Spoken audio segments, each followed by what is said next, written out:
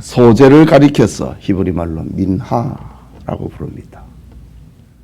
그 뜻은 감사, 선물, 헌물이란 뜻을 가지고 있습니다. 이런 이유로 인하여서 성경에는 이 소재를 가리켜 감사제다, 수은제다, 감사를 지키는 수은제다 라고 부르기도 했습니다. 특히 소재는 피 없는 제사입니다. 부속제사라고도 부르기도 합니다. 소재는 독립적인 제사가 아니라 이거죠. 부속제사, 번제를 드리고 소재를 드리고 속죄제를 드리고 감사의 제사인 소재를 드리는 이런 부속제사입니다.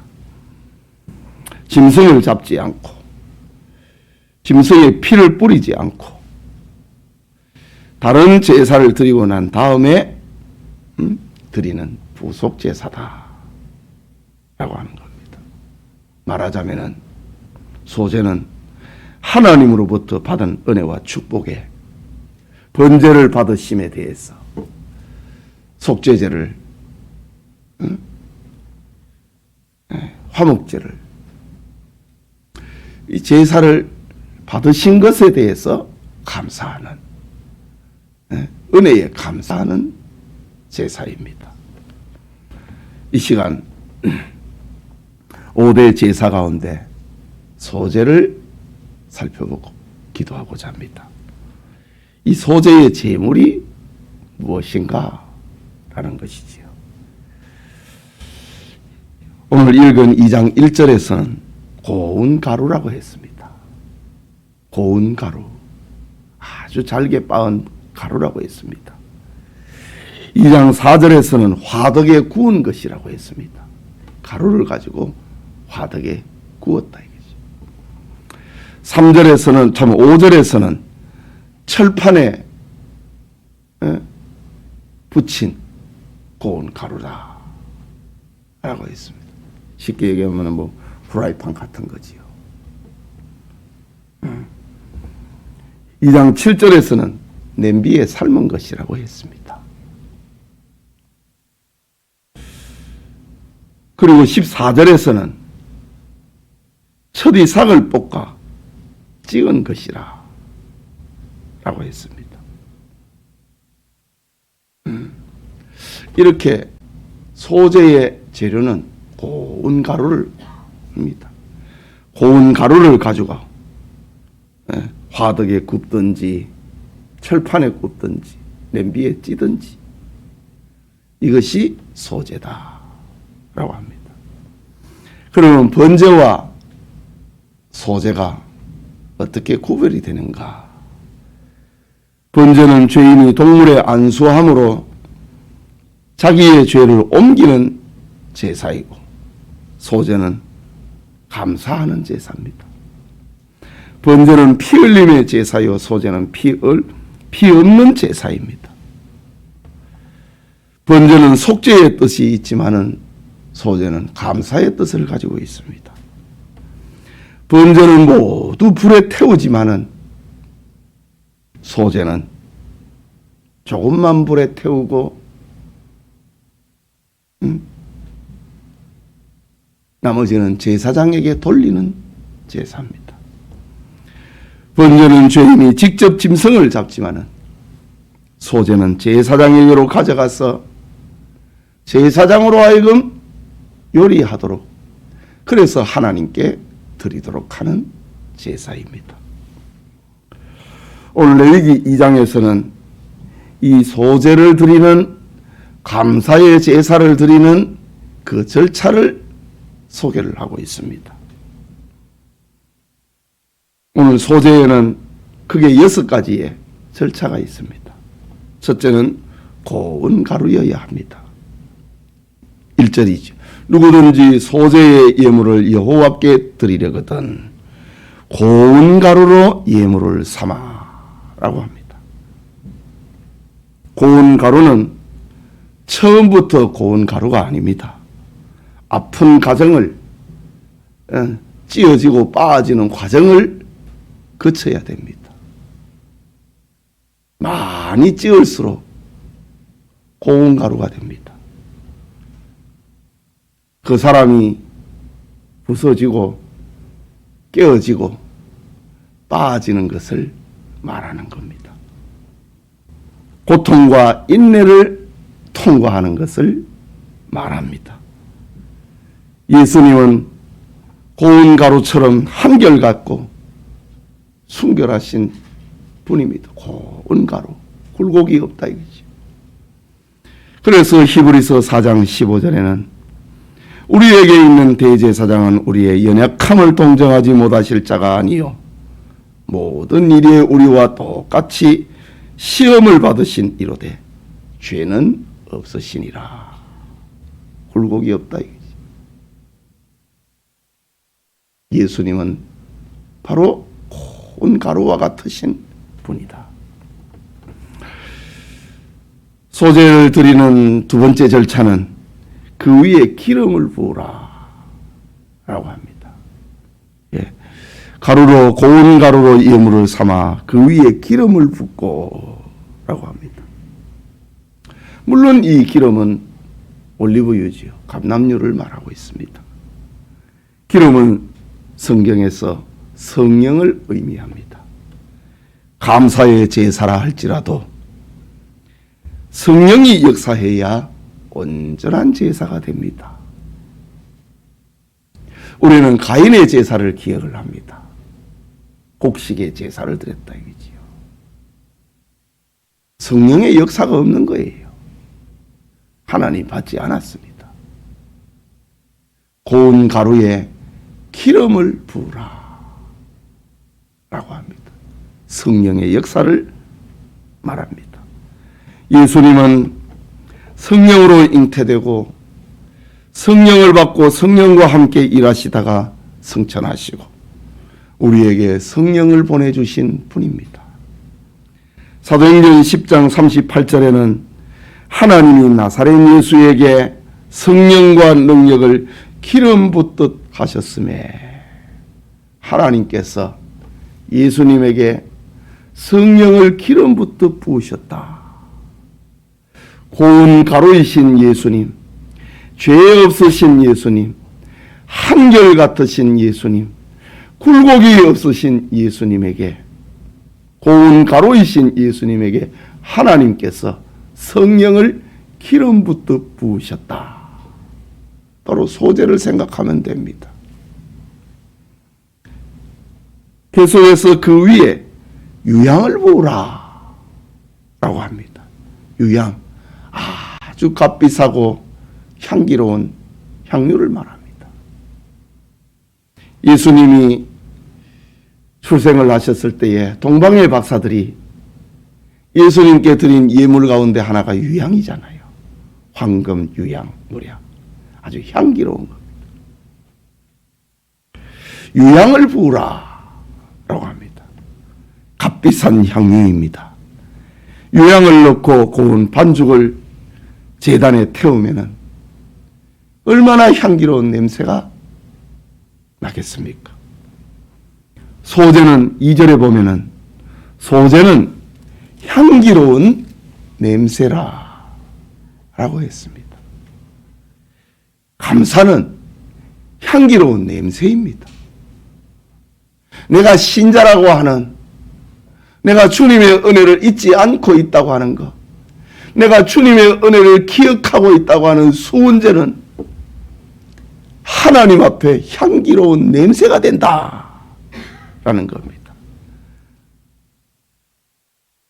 어쩌면은 번제는 죄가 전가되어서 타는 짐승의 연기요, 그것은 향기보다는 악취라고도 표현할 수 있습니다. 물론 용서받으니까 감사할 일이지만은 번제와 속죄제는 죄가 타는 겁니다. 그런데 소제의 연기는 향기로운 냄새다 라고 합니다. 그리스도께서는 어디에 가시든지 누구를 만나든지 그는 향기로운 냄새였습니다. 에베소서 5장 2절에 보면은 그는 우리를 위하여 자신을 버리사 향기로운 제물과 희생 제물로 하나님께 드리셨느니라. 여기 향기로운 제물, 희생 제물, 예수님을 표현하기를 향기로운 제물, 희생 제물이라고 합니다.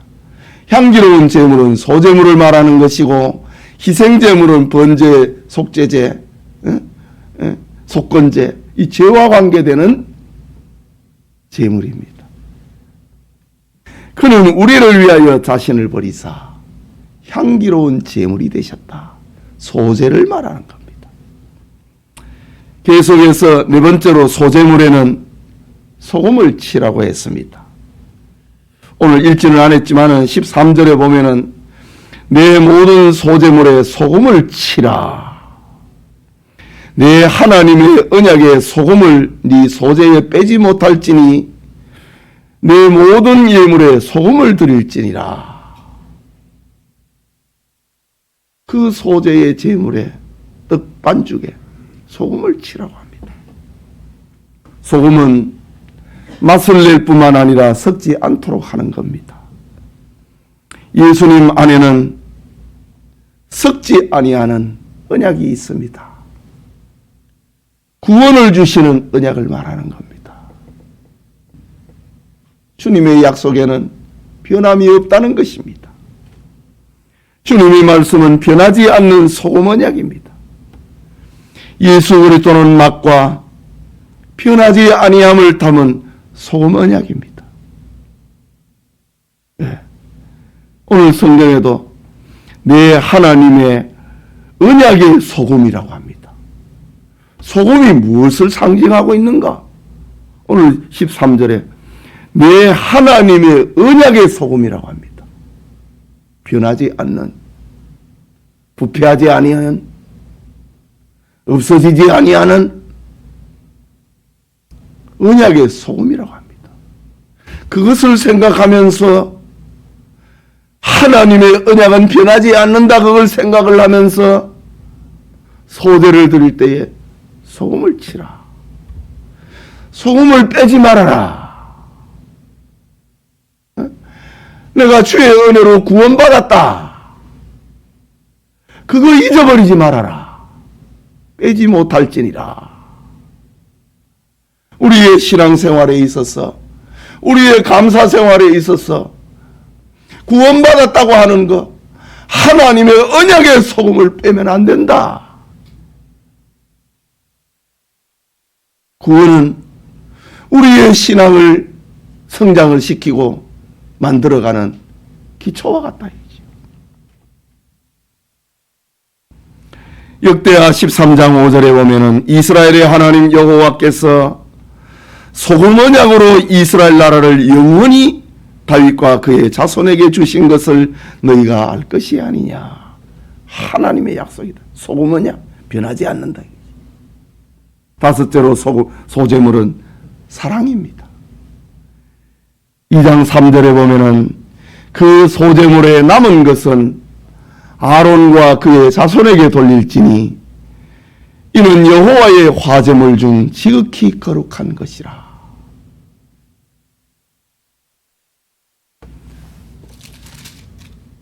일절을 보십시오. 소제의 예물을 드리려거든 고운 가루로 예물을 삼아 그 위에 기름을 붓고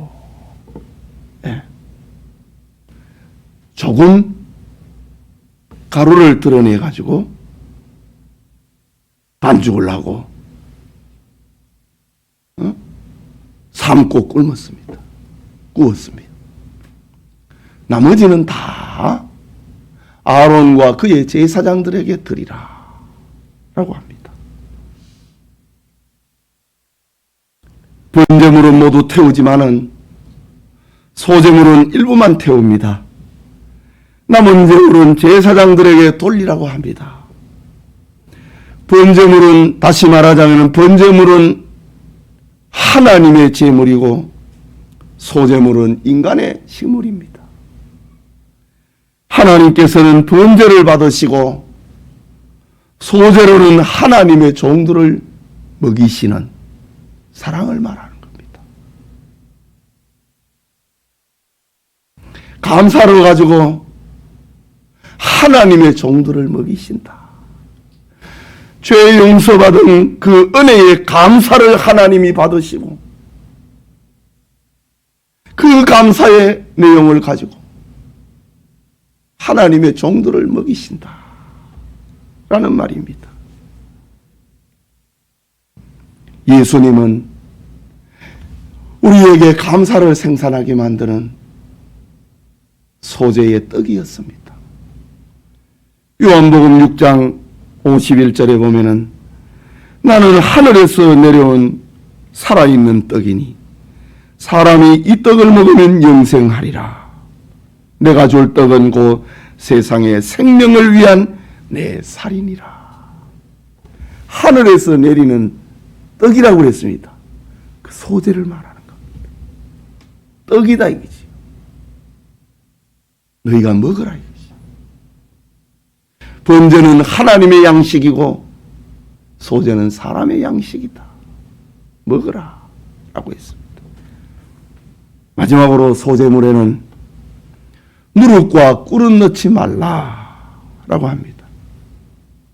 2장 21절에 보면은 너희가 여호와께 드리는 모든 소재물에는 누룩을 넣지 말지니 너희가 누룩이나 꿀을 여호와께 화제로 드려 사르지 못할지니라. 누룩을 넣지 말고 꿀을 넣지 말라고 했습니다. 누룩은 무엇입니까? 외식입니다. 허풍입니다. 부패입니다. 예수님께서는 바리새인의 외식, 사두개인의 외식, 헤로당의 외식을 금하셨습니다. 바리새인의 누룩은 외식이었고 사두개인의 누룩은 부활이 없다고 하는 교리였고 헤롯의 누룩은 괴악함과 악독이었습니다. 이게 누룩이다 이거지. 그리고 꿀을 넣지 말아라. 꿀은 달콤한 죄의 유혹을 말하는 겁니다. 죄에는 잠시의 쾌락이 있습니다. 그러나 그 음료의 입술은 꿀을 떨어뜨리는 것과 같다라고 했습니다. 예수님은 흠없고 누룩 없는 순전한 떡이셨다라는 말입니다. 이 아침에 우리 기도하는 성도님, 그리스도는 고운 가루와 같이 순결하시고 깨끗하고 굴곡이 없고 죄가 없으신 분입니다. 그의 사역은 성령이 함께하는 사역이었고 그의 사역에 귀신이 예수님을 보면은 무서워 떨고 나갔고 안전병이가 일어나고 문둥병자가 고침을 받고 바람과 바다도 순종했습니다. 그의 말씀은 권세였고 영원한 축복을 담고 있는 언약이었습니다. 그 예수님께서 말씀하시기를 이 떡을 먹는 자는 영원히 살리라. 주님을 믿고 주님을 믿는 자는 영원히 산다. 오늘 아침에 소재에 담겨 있는 의미를 살폈습니다. 오늘도 주님을 먹고 주님으로 사는 그런 은혜가 있기를 소원합니다.